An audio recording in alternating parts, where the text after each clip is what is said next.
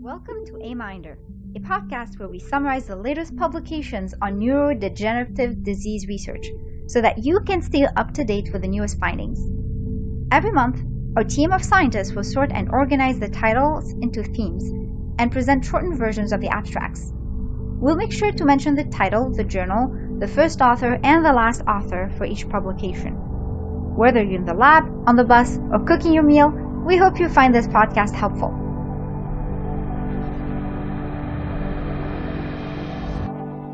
Hey everyone, this is Naila. Welcome to the Modifiable Risk Factors episode for June 2020. I'll be your host today, and I have about 24 papers to cover. I've divided today's papers into 5 sub-themes. So we'll start with some papers on cognitive reserve, then a few on diet, then I have 10 papers in medical comorbidities, 2 papers on sleep, and then 1 new tool for assessing environmental risk factors of AD. Okay, so let's get started.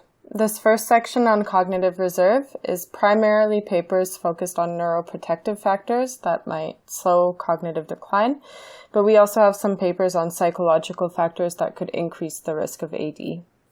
So we'll start off with 2 papers that explore whether bilingualism is neuroprotective for AD, and the first of these uses MRI or magnetic resonance imaging to assess if bilingualism changes brain volume.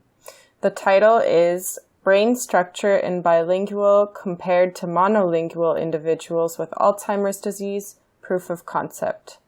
And the first author is Raji, the last author is Mendez, and it was published in the Journal of Alzheimer's Disease. So in this paper, the authors compared brain volumes in matched bilinguals versus monolinguals with AD. The word lingual is hard to say repeatedly, apparently.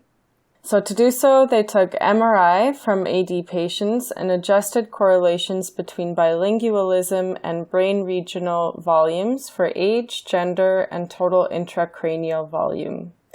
The authors found that bilinguals had higher brain volumes in 37 structures. This correlation was most significant within the brainstem and ventral diencephalon, but also in the thalamus and possibly the hippocampus, although the latter was not statistically significant. No brain volumes were larger in monolinguals. The author suggests that their results could represent neural substrates for increased cognitive reserve in bilingualism, and that future studies should extend these findings to cognitively normal persons at risk for AD. Okay, this next study looked at what type or degree of bilingualism is necessary for neuroprotection. The title is Active Bilingualism Delays the Onset of Mild Cognitive Impairment. The authors are first author Calabria and last author Costa, and this was published in Neuropsychologia. The authors tested the hypothesis that active bilingualism, defined as the continuous use of 2 languages as opposed to second language exposition only, may protect against cognitive decline.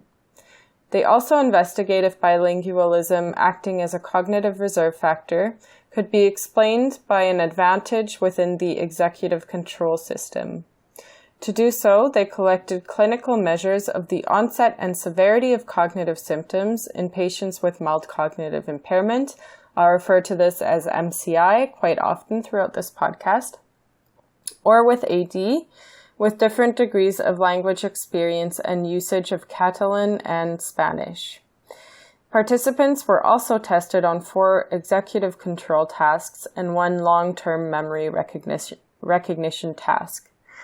Using multiple regression analyses, they found that active bilingualism was a significant predictor of delay in the age at onset for all the clinical measures in MCI, but not in AD patients. This effect was independent of occupation, educational level, and job attainment across the individual's lifespan. They also report that active bilingualism did not alter performance on executive control tasks, but the authors did find an effect for conflict resolution. Interesting. Overall, they suggest that compensatory mechanisms may play a role in protecting against cognitive decline. Okay, that's interesting. I wonder how much the difference between the languages you learn, like if you learn, say, English and Chinese as opposed to Catalan and Spanish, I wonder if that would make a difference there. Maybe I'll email the authors and ask them to do that study next. Okay, so continuing on with neuroprotective factors, this next paper looks at whether education could be used as a proxy for cognitive reserve.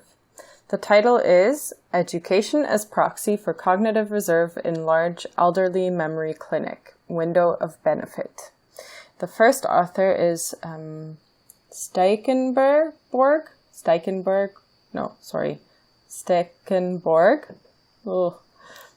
Okay, the last author is close. That's easier. This was published in the Journal of Alzheimer Disease.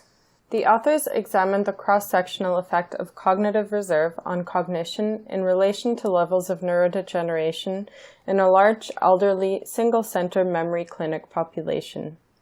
They had a large sample size, including patients with subjective cognitive impairment, mild cognitive impairment, and AD. The authors used education as a proxy for cognitive reserve and visually rated medial temporal lobe atrophy, or MTA, on CT scans as a parameter of neurodegeneration. They found that education was significantly related to all measures of cognition, and that more highly educated patients had more advanced levels of MTA at the same level of cognition. In other words, a significant interaction effect indicated that with more advanced medial temporal lobe atrophy, less cognitive decline was shown in higher educated patients. All results were stronger or only present in demented compared to non-demented patients, but were no longer significant in those with lowest overall cognition, indicating a window of cognitive reserve benefit. Overall, this study indicates that education is a very strong determinant of cognition in an elderly memory clinic population. This next paper looks at forms of early life cognitive enrichment that might decrease the risk of dementia regardless of educational level. So the title is Association of Early Life Cognitive Enrichment with Alzheimer's Disease Pathological Changes and Cognitive Decline. It was published in JAMA Neurology, and the first author, yet another difficult name, I'll give it my best, is Oveiskaran, and the last author is Bennett. This group examined how indicators of early life cognitive enrichment might result in slower cognitive decline and decreased dementia in late life. It was called the Rush Memory and Aging Project and was a clinical pathological community-based cohort study which followed participants for a mean of 7 years before death with annual cognitive and clinical assessments. Over 2,000 participants enrolled over a 20-year period, and post-mortem data was collected from around 800 participants to assess global AD pathology. Self-report was used to obtain 4 indicators of early life cognitive enrichment.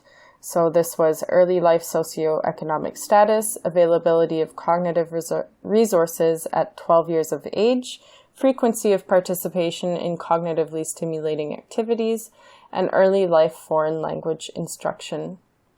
When controlling for age at death, sex, and educational level, the authors found that a higher level of early life cognitive enrichment was directly associated with a lower global AD pathology score. Cognitive enrichment was also directly associated with less cognitive decline, as well as indirectly through the lower AD pathology. So we'll move on from cognitive enrichment to cognitive activities in older adults. So this next study is called The Role of Polygenic Score and Cognitive Activity in Cognitive Functioning Among Older Adults. It was published in Gerontologist. The first author is Shin and the last author is Kim. This study explored whether the intensity of cognitive activities could moderate the relationship between a genetic predisposition for developing Alzheimer's disease and cognitive functioning among older adults in the U.S. The authors also examined whether the same moderating effects were dependent on different measures of cognition. They used a dataset from the 2000 to 2014 waves of the Health and Retirement Study and the Consumption and Activities Mail Survey, with a sample of nearly 3,800 individuals aged 50 years or older. Polygenic score for AD acted as a genetic trait for cognitive functioning, and a variety of cognitive or passive activities were assessed. The authors used total cognition, fluid intelligence, and crystallized intelligence as proxies for cognitive functioning. After controlling for covariates, they found that reading books, using a computer, and playing cards, games, or solving puzzles had a positive effect on cognitive functioning, specifically fluid intelligence. An additional hour spent reading books moderated the negative effect of AD polygenic scores on cognition, suggesting that this could be protective for adults genetically predisposed to developing AD. All right, duly noted. This next study is switching gears a bit. It looks at how social networks and regular contact with family might affect cognitive function in older adults. It is titled, short and sweet, Family Ties and Aging in a Multi-Ethnic Cohort. It was published in the Journal of Aging and Health, and the first author is Ying, and the last author is Zahodne. As lack of social support has previously been linked to lower cognitive function and cognitive decline, the authors studied the effects of family ties on cognitive trajectories in various ethnic groups. In a sample size of 1,420 older adults who were non-demented at baseline, the authors used multi-group latent growth curve models to analyze associations between the number of relatives, so this includes children, grandchildren, siblings, and others, contacted within the past month at baseline and the cognitive trajectories. Memory, visual spatial abilities, and language were tested at baseline and at 18 and 24-month follow-ups for up to 6 visits. The authors also used inferential analyses to determine the differential effects of sex and gender, as well as race and ethnicity for each family tie. Overall, contact with more relatives was associated with better initial memory and language functioning across both race and ethnicity and sex and gender, suggesting that peripheral rather than immediate family networks may be more likely to affect cognitive function in older adults. Okay, so the last 2 papers in this subtheme are focused on more psychological factors that could be either neuroprotective or risk factors for dementia. This first one is on personality traits and is titled The Effect of Personality Traits on Risk of Incident Pre-Dementia Syndromes. The first author is Ayers and the last author is Verghese. And the journal is the Journal of American Geriatric Society. Building on existing association between personality traits and dementia, this study examined their role as predictors of incident pre-dementia, motor cognitive risk, and mild cognitive impairment syndromes. The authors looked at 5 personality traits, so this is neuroticism, extroversion, conscientiousness, agreeableness, and openness, and the risk of incident mild cognitive impairment or motor cognitive risk in 524 non-demented participants aged 65 years and older. They used Cox proportional hazard analysis, adjusted for demographics and disease burden, and used this to assess the risk of each pre-dementia syndrome based on baseline personality traits as measured by the Big 5 inventory. In a median follow-up of 3 years, they found that openness was associated with a reduced risk of developing incident motoric cognitive risk, which, by the way, is marked by a slowness in gait, and that neuroticism increased the risk of incident non-amnestic MCI, mild cognitive impairment. And they found that no personality traits were associated with either amnestic or overall MCI. These associations remain significant even after considering the confounding effects of lifestyle or mood, and suggests that there is a distinct relationship between personality traits and the development of certain pre-dementia syndromes. And the last paper in this category examined whether negative thinking could influence both cognitive and pathological measures of AD. The title is Repetitive Negative Thinking is Associated with Amyloid, Tau, and Cognitive Decline. The authors are first author Marchand, last author Villeneuve, and this is the Prevent AD Research Group, and was published in Alzheimer's and Dementia. So just for some context, the cognitive debt hypothesis proposes that repetitive negative thinking, which is a modifiable process common to many psychological risk factors for Alzheimer's, may itself increase the risk. The authors wanted to examine this relationship between repetitive negative thinking and markers of AD empirically and see how it compares with anxiety and depression symptoms. To do so, they took longitudinal cognitive assessments from 292 older adults, including individuals from the Prevent AD and the IMAP Plus cohorts who had amyloid and tau positron emission tomography or PET scans. Using repetitive negative thinking, anxiety, and depression questionnaires, the authors determined that negative thinking was associated with decline in global cognition, immediate and delayed memory, as well as global amyloid and entorhinal tau deposition.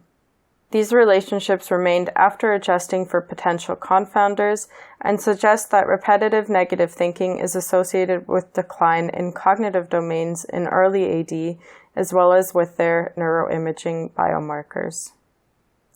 And that's it for this subtheme. This next section is on the role of diet in cognitive function in AD, and it includes 3 papers. The first one is on the effects of high-fat diet in a mouse model of AD.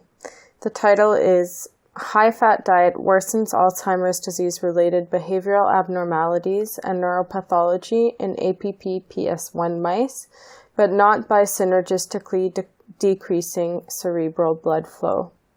It was published in Scientific Reports by first author Bracco and last author Schaffer. Cerebral blood flow reductions are an early feature of AD and are also linked to obesity. The authors previously showed that non-flowing capillaries caused by adhered neutrophils contribute to cerebral blood flow reduction in mouse models of AD. In this study, they tested links between obesity and AD by feeding APP/PS1, or I'll just call these AD mice, a high-fat diet and evaluating behavioral, physiological, and pathological changes. They found trends towards poorer memory performance and an impairment of sensory motor function in the AD mice fed a high-fat diet, and impaired social interactions with either the APP-PS1 genotype or a high-fat diet. The high-fat diet also increased amyloid beta monomers and plaques in the AD mice, as well as brain inflammation. The authors also used a crowdsourced citizen science approach to analyze imaging data to determine the impact of the APP-PS1 genotype and a high-fat diet on capillary stalling and cerebral blood flow. Surprisingly, they did not see an increase in the number of non-flowing capillaries or a worsening of the cerebral blood flow deficit in AD mice fed a high-fat diet as compared to controls. And this suggests that capillary stalling is not a mechanistic link between this diet and increased severity of AD in mice. Nonetheless, reducing capillary stalling by blocking neutrophil adhesion improved cerebral blood flow and short-term memory function in AD mice, even when they were fed a high-fat diet. The next paper looks at Mediterranean diet, and this is in humans this time. They look at the potential for AD prevention and also determine whether older American adults actually adhere to the diet. This paper is called NHANES 2011 to 2014, reveals cognition of U.S. older adults may benefit from better adaptation to the Mediterranean diet. This was published in Nutrients. The first author is Taylor and the last author is Sullivan. The authors used 2 National Health and Nutrition Examination Survey cycles, so that's 2011 and 2014, to determine population estimates of Mediterranean diet adherence among U.S. adults aged 60 years and older. In a sample size of around 3,000 participants, they found that the majority did not adhere to the Mediterranean diet, although this varied across demographic characteristics. When they assessed the cross-sectional relationship between diet adherence and cognitive performance, the authors found that those who adhered to the diet the most had a lower odds ratio of low cognitive performance on 3 out of 5 measures. The study concludes that Mediterranean diet interventions are a departure from the usual diet of older U.S. adults, but do show potential for AD prevention trials. And the last paper in this section reports that a carbohydrate-rich diet increases the risk of AD and dementia amongst ApoE4 allele carriers. So the title of this paper is Refined Carbohydrate-Rich Diet is Associated with Long-Term Risk of Dementia and Alzheimer's Disease and Apolipoprotein E4 allele carriers. The first author is Jean Trot, the last author is Artero, and this was published in Alzheimer's and Dementia. So refined carbohydrates have been shown to worsen AD in animal models, and so the authors wanted to test this association epidemiologically, particularly amongst ApoE4 allele carriers. They quantified the glycemic load of over 2,700 elderly participants from the French 3-city study in order to estimate refined carbohydrate intake. Using this data, they looked at the relationship between glycemic load and risk of dementia and AD, as well as the interaction with ApoE4 over a 12-year period. After adjusting for potential confounders, the authors determined that high afternoon snack glycemic load was associated with increased dementia and AD risk in ApoE4 carriers. And fittingly, I actually had a tarte aux fraises for my afternoon high glycemic load snack today. Hopefully I'm not an ApoE4 carrier.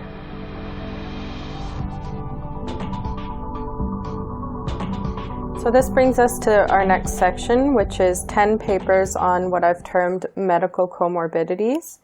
And the first one is a systemic review and meta-analysis on proton pump inhibitors. So these are medications that are used to treat ulcers or other gastrointestinal issues, perhaps resulting from those sugary afternoon snacks. It is called Proton Pump Inhibitors Do Not Increase the Risk of Dementia, a Systemic Review and Meta-Analysis of Prospective Studies. The first author is Desai, and the last author is Sharma, and it was published in Diseases of the Esophagus. To resolve some debate regarding proton pump inhibitor, or PPI, use and AD risk, the authors conducted an extensive literature search in PubMed, Embase, Google Scholar, and Cochrane for prospective studies examining the risk of cognitive decline and dementia among PPI versus non-PPI users. The primary outcome of their search was pooled hazard rate of any dementia among PPI users compared with non-PPI users, and secondary outcomes were pooled hazard rate of AD and risk with long-term PPI follow-up studies. The authors conducted various statistical and meta-analysis magic on a total of 6 studies with over 300,000 elderly subjects. Pooled hazard ratio of any dementia was 1.16, and results remained unchanged when only studies with long-term PPI use, which means over 5 years, were analyzed. The pooled hazard ratio for AD was 1.06, although there was substantial heterogeneity among studies. Meta-regression did not show a significant role of age at study start, nor of the duration of PPI use to incident dementia. Overall, the results of this systematic review and meta-analysis do not show a significant relationship between proton pump inhibitor use and dementia in prospective studies with at least a 5-year follow-up. So we'll stay with gastrointestinal research for the time being. So this next study looks at inflammatory bowel disease, or IBD, and whether it presents a risk of Alzheimer's disease. And this is based on all the fascinating work going on the gut-brain axis. So this paper is entitled Inflammatory Bowel Disease is Associated with Higher Dementia Risk, a nationwide longitudinal study. It was published in the journal Gut, and the first author is Zhang, and the last author is Chen. So as recent findings have suggested a connection between IBD and Parkinson's disease, the authors wanted to know whether the same relationship exists within Alzheimer's disease. Using the Taiwanese National Health Insurance Research Database, the authors conducted a comparative analysis between patients with IBD aged 45 years and older and healthy controls so as to determine the risk of dementia following IBD diagnosis. Controls were matched based on sex, access to healthcare, income, and dementia-related comorbidities, and all individuals were followed for up to 16 years. The authors found that overall incidence of dementia among patients with IBD was significantly elevated to 5.5%, and this is compared to 1.4% in controls, and that being diagnosed with IBD also led to an earlier dementia diagnosis. Among different dementia types, the risk of developing Alzheimer's disease showed the highest increase and was not different by sex or subtype of IBD. So, for instance, they looked at Crohn's disease versus other forms of inflammatory bowel disease. These findings highlight the need for future research to determine the exact relationship between IBD and dementia. Next up, we have two papers that relate to the comorbidity between diabetes and mild cognitive impairment or dementia. The first is entitled Mild Cognitive Impairment Subtypes and Type 2 Diabetes in Elderly Subjects. It was published in the Journal of Clinical Medicine by first author Valenza and last author Pelikionim. Oh geez, that's a hard one. I hope that none of these authors are listening to me butcher their names. It starts with a P, and the rest is a complicated series of letters. But I hope you can find the paper in the bibliography after. So, type 2 diabetes is correlated with both amnestic and non-amnestic mild cognitive impairment, again, MCI. And in this study, the authors wanted to determine whether it characterizes a unique cognitive profile in elderly patients. They explored the association between glycated hemoglobin levels, this is HbA1c, diabetes duration, insulin, and oral hypoglycemic agent treatment, and looked at subtypes of MCI or mild cognitive impairment in elderly diabetic patients. Their sample consisted of 39 MCI subjects with type 2 diabetes and 37 MCI subjects without. They matched for age, educational level, and mini mental state examination scores. The authors found that non-diabetic MCI subjects performed worse in memory and language domains than those with type 2 diabetes, and that the amnestic subtype of MCI was more frequent in non-diabetics. Within the diabetic MCI group, high HbA1c levels correlate with episodic memory, specifically immediate recall, and diabetes duration, where some other cognitive indexes of memory, attention, and visual spatial ability correlate with insulin treatment. So that leads nicely into this next paper, which is more on the mechanistic level, and seeks to determine some biomarkers of brain insulin signaling. And it is titled, Brain Insulin Signaling, Alzheimer's Disease Pathology and Cognitive Function. That's a nice and easy title. It was published in the Annals of Neurology by first author Arvanitakis, and last author Arnold. This study examined associations between molecular markers of brain insulin signaling with AD and cognition among older persons with or without diabetes. It was derived from a community-based cohort study and comprised of 150 individuals, so half had diabetes and the other half did not, and they were matched by sex, age at death, and education. The authors measured insulin signaling in the middle frontal gyrus cortex using ELISA, immunohistochemistry, and stimulation of postmortem brain tissue with insulin.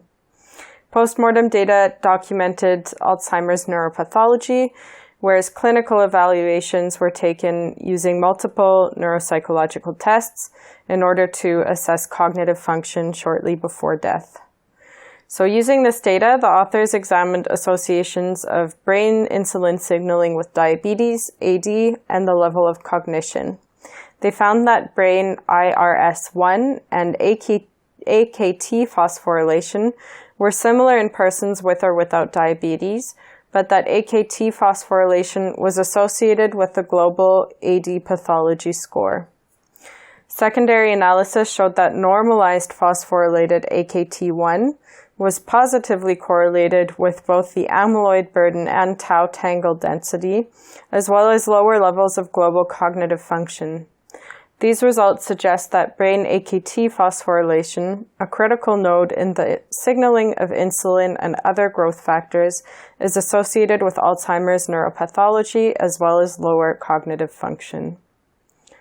So switching gears, this next paper reports a significant increase in the incidence of dementia in individuals with impaired vision. It is called Low Vision and the Risk of Dementia, a nationwide population-based cohort study. The first author is Paik and the last author is Na, and it was published in Scientific Reports. While previous studies have found an association between vision loss and cognitive impairment, it remains unclear whether this is a causal relationship. So in this study, the authors investigated the association between low vision and dementia within the Korean population by analyzing data from over 6 million subjects aged 40 years and older, and this was using the National Health Insurance Service database. Statistical analyses showed that subjects with more severe visual impairments or visual loss are at increased risk of dementia, including Alzheimer's disease and vascular dementia, after adjusting for compounding variables, and that the hazard ratios of dementia increase as visual acuity worsens. Okay, again, switching gears, this next paper is looking at seizures, so how frequently they occur in Alzheimer's disease and how this alters the disease progression. This paper is titled, Seizures in Alzheimer's Disease are Highly Recurrent and Associated with Poor Disease Course. The first author is Vöcklein and the last author is Danek, and this was published in the Journal of Neurology. Seizures are an important comorbidity in AD, but there are conflicting reports regarding the clinical parameters associated with seizures in AD, and some are lacking entirely. The study analyzed data from the National Alzheimer's Coordinating Center to investigate the associations between seizure prevalence in AD and disease duration, age of AD onset, and cognitive performance. From data of over 20,700 individuals, the authors determined that seizure recurrence risk was 70% within 7.5 months in AD dementia, and that seizure history was associated with an earlier age of onset of cognitive symptoms, as well as worse cognitive and functional performance. Seizures were more frequent in AD dementia than normal controls, or healthy controls, and the prevalence increased with the duration of dementia, rising to just over 5% at 11 years of disease duration. These findings suggest that AD patients are at high risk of recurring seizures and that these are associated with a poor course of cognitive symptoms. In conclusion, the authors highlight the importance of assessing seizure history in AD patients in order to inform therapeutic decisions, and the necessity of systematic treatment studies of AD-associated epilepsy. So these next two papers are on hormonal therapies and how they might be risk factors for AD. This first one is on androgen deprivation therapy, which is used for prostate cancer. And the title is Alzheimer Gene BIN1 may simultaneously influence dementia risk and androgen deprivation therapy dosage in prostate cancer. It was published in the American Journal of Clinical Oncology by first author Lehrer and last author Reinstein. Not Einstein. And those are actually the only two authors on this paper. So as I mentioned, androgen deprivation therapy, or ADT, is extensively used to treat prostate cancer, but it's unclear whether this might affect cognition or AD in the men receiving this treatment, and this remains a large subject of debate.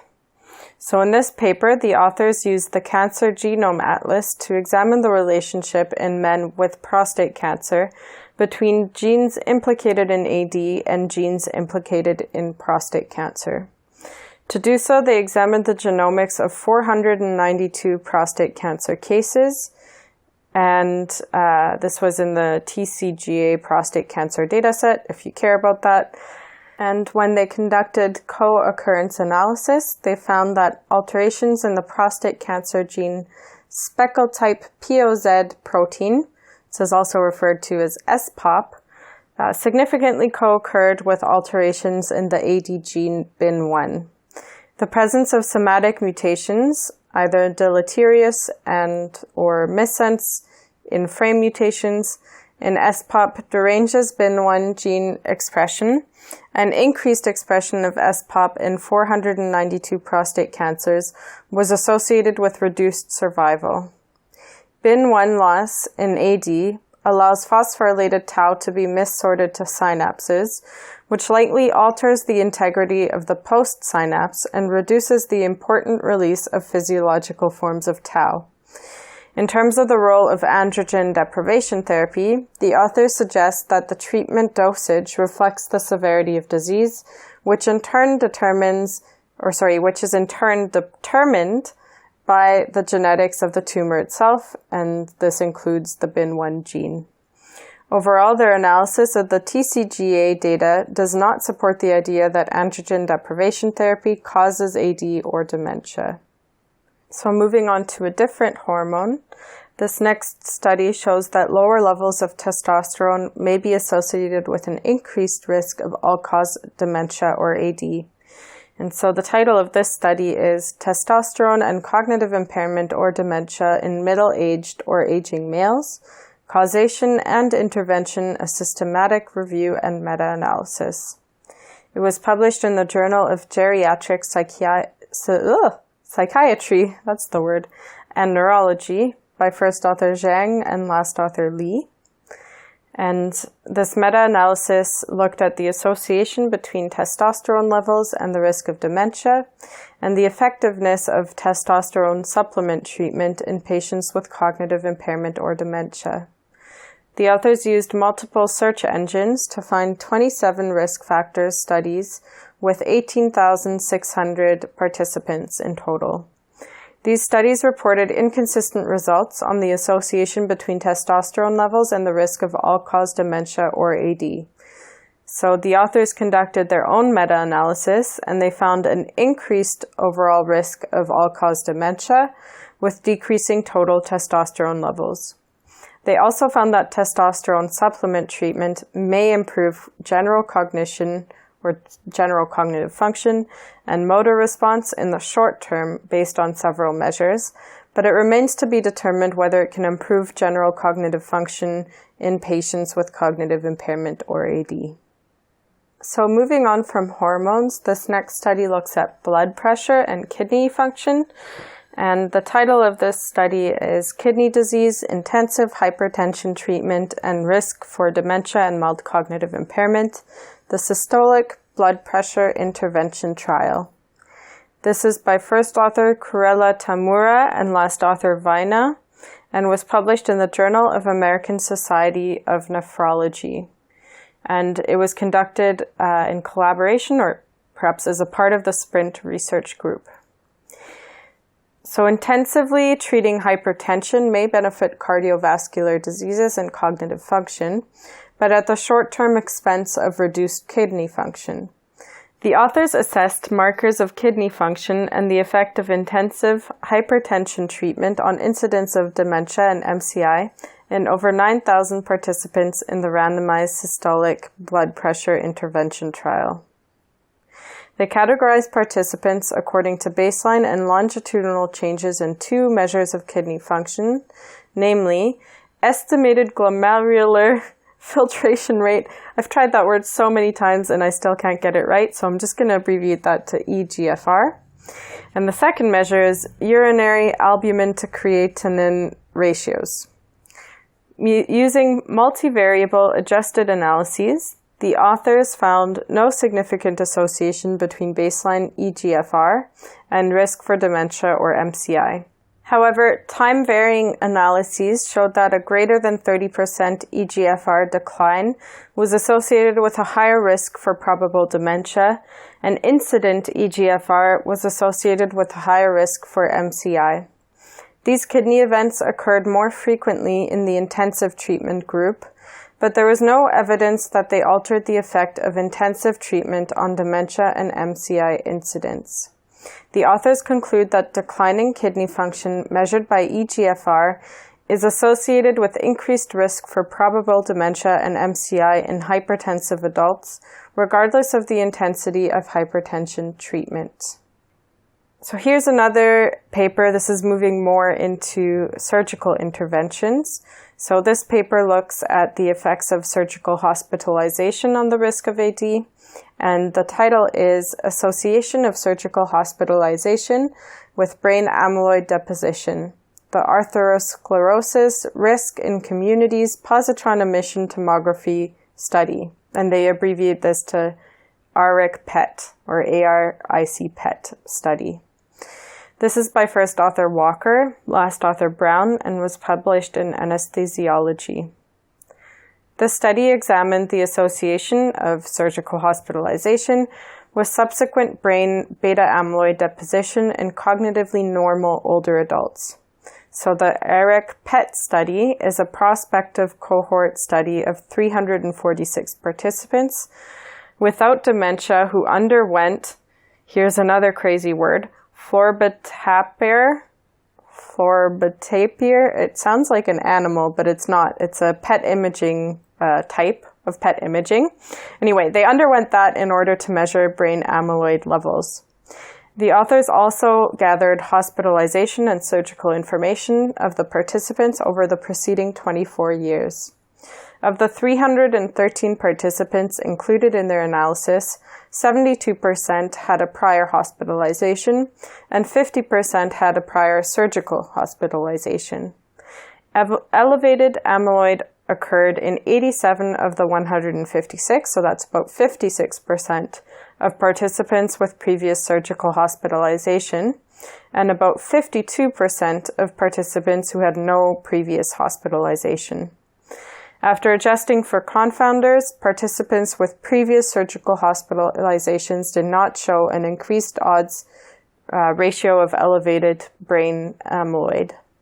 However, in a pre-specified secondary analysis, participants with previous surgical hospitalization did demonstrate increased odds of elevated amyloid when compared with participants hospitalized without surgery, but these results were attenuated and non-significant when alternative thresholds for amyloid positive status were used.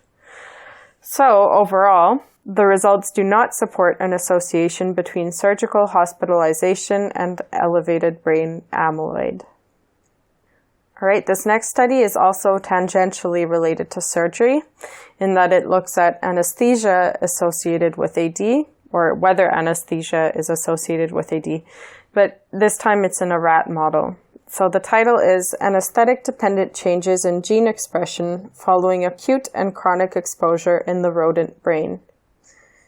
The first author is Upton, the last author is Cascio, and this was published in Scientific Reports. Anesthesia has been predicted to affect gene expression of the memory-related regions of the brain, including the primary visual cortex, and might increase the risk of Alzheimer's disease through neuroinflammation. The authors analyzed the expression of over 22,000 genes and nearly 130,000 transcripts using oligonucleotide microarrays to examine the brain expression profiles in Sprague-Dawley rats following exposure to either chronic or acute doses of common anesthetics. Their screen identified multiple genes that responded to anesthetics, most of which had not been previously identified as being responsive to either acute or chronic anesthesia. They may be useful candidate genes in understanding the molecular pathways mediating anesthetic effects in the brain and how these mechanisms could play a role in neurodegeneration. All right, so let's move into another form of altered state of consciousness. This is sleep. So this is our next subtheme, and we have 2 papers in this category. And I would say both give good reason to get a good night's sleep or maybe take a nap after this podcast. I'm sure it's necessary after listening to me drone on for so long. So this first study is actigraphy, estimated sleep, and 24-hour activity rhythms and the risk of dementia.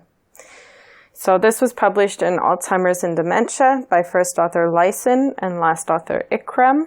And in this study, the authors investigated the associations between objective estimates of sleep and 24-hour activity rhythms with risk of dementia.